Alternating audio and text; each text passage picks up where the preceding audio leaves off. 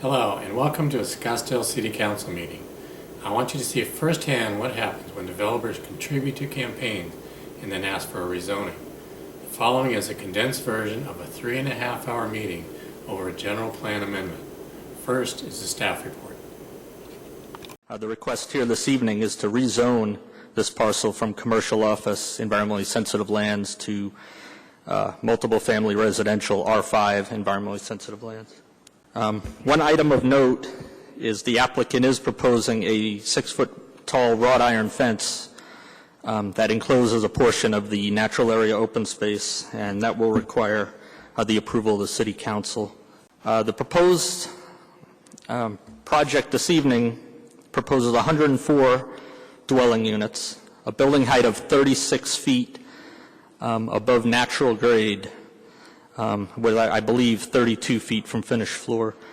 The natural area open space remains the same, that as it's based on slope. It's 3.14 acres. The setbacks are 50 feet from an R1 and 40 feet on both streets. The parking proposed of this project is 104 spaces within garages and 88 surface stalls. And per the trip generation report, there'd be 666 daily trips estimated with this project. Just a couple other notes. The site is within the AC1 airport influence area, and because the request was from a commercial use to a residential use, staff did take this application to the Airport Advisory Commission back in May, where the Airport Advisory Commission recommended approval. Back on June 13th, this case was heard by the Planning Commission, and there was a recommendation by the Planning Commission by a vote of 5-0 for approval. One final note is there was a legal protest on this property, which, as of this morning, one of the property owners rescinded their signature on the legal protest, which changed the analysis of that interpretation from valid to invalid.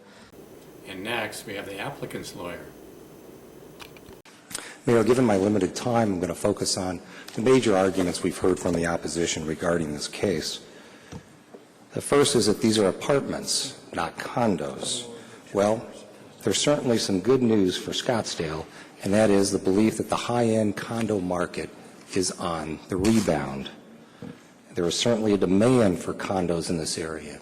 There have been no new condominiums built within a 2-mile radius of this site in the last 10 years. Now, there were those who spoke in favor of this project, but because they were solicited by the developer's attorney to testify, I will not be adding them here. So next we have the arguments against the amendment. Mr. Berry brought up it will have view corridors. Another question is, do we want views or do we want view corridors? Because we're getting more and more view corridors and less views. Mayor Mary Manross signed an agreement. That was a promise. This same developer signed that agreement. That's a commitment. Staff failed to provide the Planning Commission with this document. Council did not get this document until just late last week. Good evening, Mayor and Council.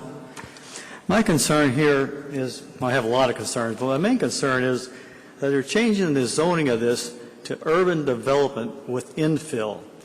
This is right across the street from the McDowell Mountain Preserve, and my concern is if this is an urban infill, what is the rest of Scottsdale? What will DC Ranch or Greyhawk, what will they become? Will they also become urban development with infill?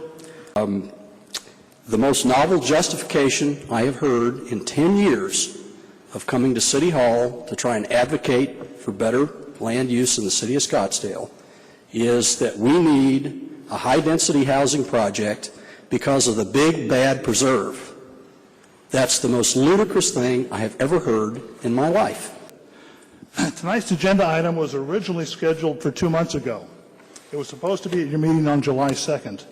We were told at that time by the staff that agenda item was pulled at the very last minute by the developer so that they would have an opportunity to work out their differences with the community. That never happened. Now listen to this next resident. I'm here today because it came to my attention that you all received a package with a letter from me stating my support for this project this weekend. And I was absolutely shocked because I am part of the legal protest, and I have written several emails, letters to all of you in my distinct opposition. In January, a woman came knocking on my door telling me that regardless of how I sign, there's going to be a big office building going in at the end of our cul-de-sac. And if she said, well, wouldn't you prefer to have nice, luxurious condos instead of a big office building? So me thinking everything was right, signed a letter and just went about my day. I went to the first meeting with the developer, Deco, and as soon as I saw their proposal, I was shocked and felt misled and deceived. It looked like a school building. I mean, nothing like our community. It was dense and nothing like what this woman had said who knocked on my door. So I just am very disappointed that I was even included in this letter by the developer in this package, that I support this. There are many other people and many other Windgate residents who had the same experience, and I just wanted everyone to know and be clear that I was deceived, and I live there, and I do not support this project. Thank you for your time. My name is Bill Bizignano. I'm a Windgate resident. I'm a small business owner, and I'm against this project. Some facts about the developer. Deco Communities, up until 2010, was known as Star Point Development. They have multiple failed condo developments. They have millions of dollars that they have left in defaulted loans to local lenders, and they have uncompleted projects still littering our city. They have residents in those uncompleted projects who still complain about construction debris and empty job trailers.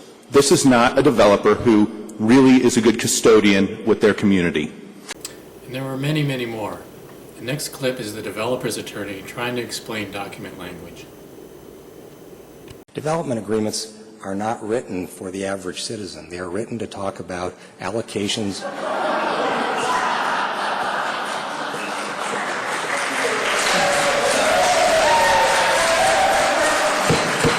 And then Councilman Littlefield's take on the project.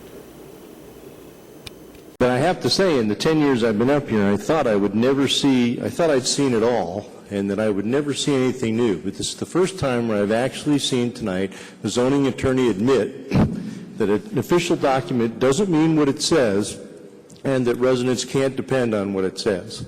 Now, I've actually believed that for quite some time, but this is the first time I've actually heard anybody actually say it. What's wrong with this, with the process here? The mysteriously appearing documents that suddenly appear after the residents suddenly point out they exist. The question of what this project really is. Is it going to be condos? Is it going to be apartments? A lack of protection for the residents if these turn out to be, as most residents suspect, and as the price point would seem to indicate, rental units. Well, you know what? By the time we get done approving this, which I suspect will happen here tonight, there's no protection for the residents.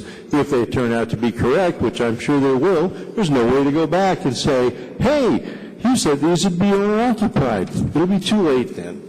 The shabby treatment of the opposing neighbors, the last minute, 11th hour and 59th minute, suddenly the legal protest disappears, too late for the neighbors to do anything about it. There's a ton of stuff wrong with this process.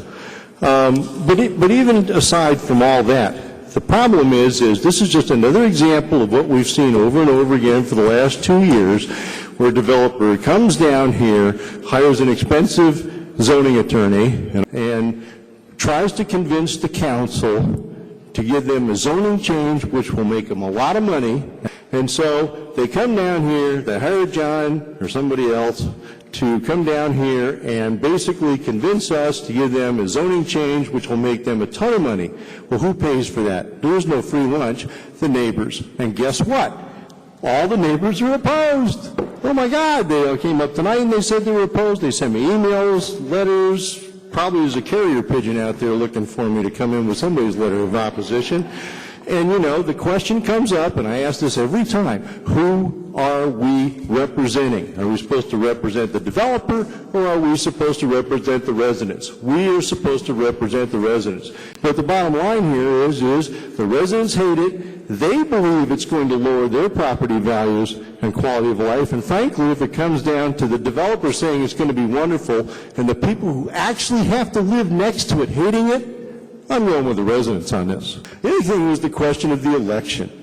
Now, how did the election get to be an issue in this? But if we're going to talk about who got the most votes, then let's talk about how the people who got the most votes outspent their opponents by a factor of 3 to 1 with money given to them by developers. I'm happy to have that argument up here. If you guys want to argue the election, vote for me. I'm a no on this. And finally, the vote. Seeing that there is no further discussion being offered here, unless we have a motion and a second on the table, acceptance, so I think we're ready then to vote. All those in favor, please indicate by aye and register your vote. Aye. Aye. Vote is 5-2. If it's Councilman Littlefield and Councilman McCullough opposing. Thank you. Okay. So you see, when you have a city council that is bought and paid for in advance, and you can check their finance reports on the city website, well then it doesn't matter how right you are, only that they owe the special interest groups and developers a favor for getting them elected. I'm Guy Phillips, and I will not be bought. I will stand up for your rights as a Scottsdale resident and bring balance back to our council.